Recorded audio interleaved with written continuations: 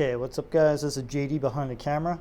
I want to show you guys the difference between the older Bitaxe Gamma 601 version 1 versus the Bitaxe Gamma 601 version 2. So, I mean, just from like side comparison, you can see this new one is a girthy boy. Look at this. The cooler on the 601 V1 is like a tiny, most manufacturers just put the tiniest ones. This is, well, I thought this was our Gecko Science one, but it's not. But, it doesn't really matter.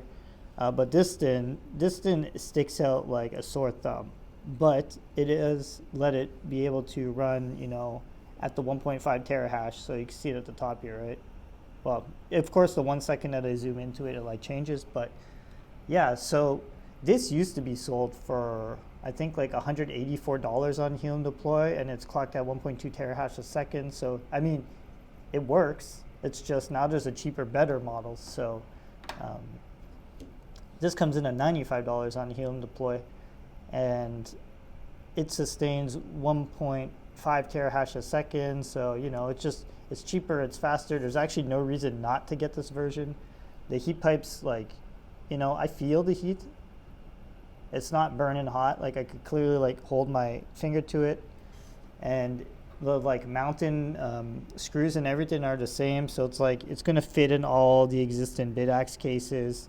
So there's no problem there, unless you have some that like kind of like block how far. Like maybe you have a shroud here for some reason. It's obviously not gonna fit on this one. But yeah, like power wise, we have a shitty little power meter here, but I mean, it says it's running at 32 watts. But if I go actually check on the computer here, you can see me in the reflection. So we got our 1.5 terahash. Let's see how much we're running at. Can't even see that, right?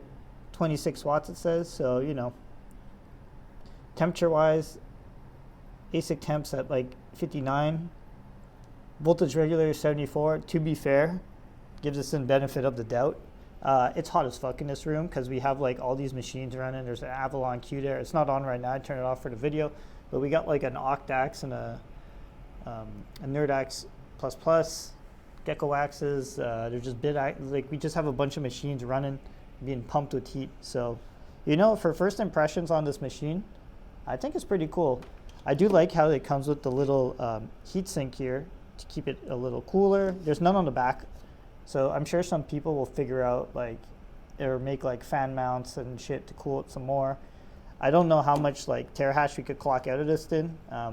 We did manage to like overclock this one at one point to 1.76 terahash a second on the stock stuff. So I'm not really going to make this video right now overclocking this machine, but this is just kind of a look to see what you guys are getting. So it is one beefy cooler though.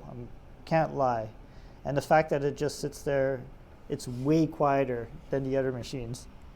Like, I'll put it near the mic. Here, you know what? Actually, no, I'll leave the mic on my shirt, but look at this. Anyways, you can trust me, it's pretty quiet. And yeah, that's kind of the overview of this. I'm going to try and 3D print some shrouds and stuff, but yeah, if you're looking for a Bitaxe, I mean, there's actually no point to buy the other versions that come with the weaker coolers. And yeah, I mean, only makes sense to get this one. And if you're trying to compare this between the Hammer Miner for some reason, let me tell you, if you get 3 of these, it's the same cost as one Hammer Miner. And the Hammer Miner has about a 1 in 17,000 chance to get $1,200.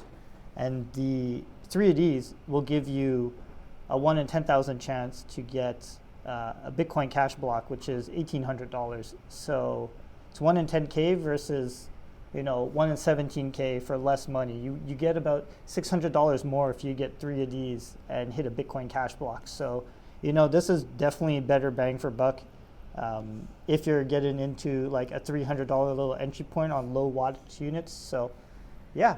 That's kind of like my short little video, seeing if people like this type of content. If you want to see more about the unit, just leave it in the comments and I will show you guys some more stuff. And yes, it does come with this 5 volt, 6 amp power supply, so like 30 watts. So we're kind of like pushing it, 26 watts. It's not the end of the world. Power supply will be just fine. And you can see our little things winding up mine in Dutch. So that's going to be the end of this video, and I will come back and make some more videos the next day. So see you later, guys.